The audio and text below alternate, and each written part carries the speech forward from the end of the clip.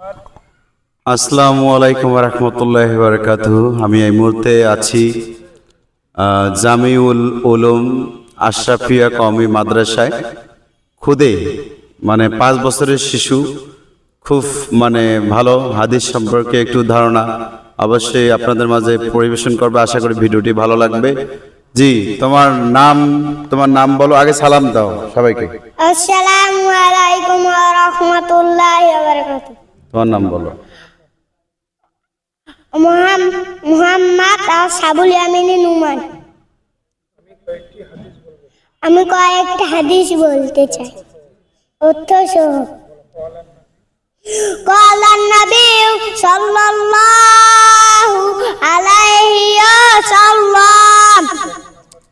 এক নম্বর হাদিস শরীফ, আকলিস দীনাকা ইয়াকফিকাল আমালুল কলিল।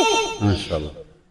হাদিস শরীফের অর্থ, তোমার ঈমানকে খাঁটি করো, অল্প আমল নাজাতের জন্য যথেষ্ট হইবে।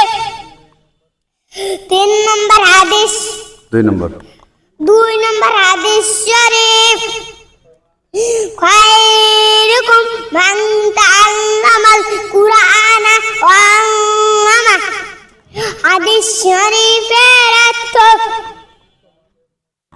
তোমাদের মধ্যে সর্বোত্তম ওই ব্যক্তি যিনি কুরআন মধ্যে শিক্ষা করে তে অপরকেও শিক্ষা দেয়। 3 নম্বর হাদিস শরীফ, তলাবুল ইলমি ফারিদাতুন আলা কুল্লি মুসলিম। হাদিস শরীফের অর্থ,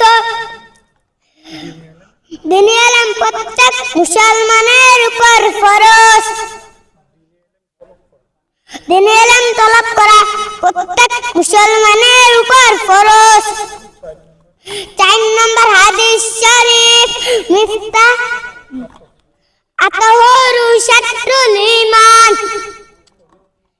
পবিত্রতা ঈমানের অঙ্গ। 5 নম্বর হাদিস শরীফ, মিফতাহুল জান্নাতিস সালাহ, অর্থ নামাজ বেহেশতের চাবি। 6 নম্বর হাদিস শরীফ, আউয়ালু মা ইউহাসাবু বিহিল আবদু ইয়াউমাল কিয়ামাতিস সালাহ। অর্থ কিয়ামতের দিন সর্বপ্রথম ওই নামাজের হিসাব হইবে।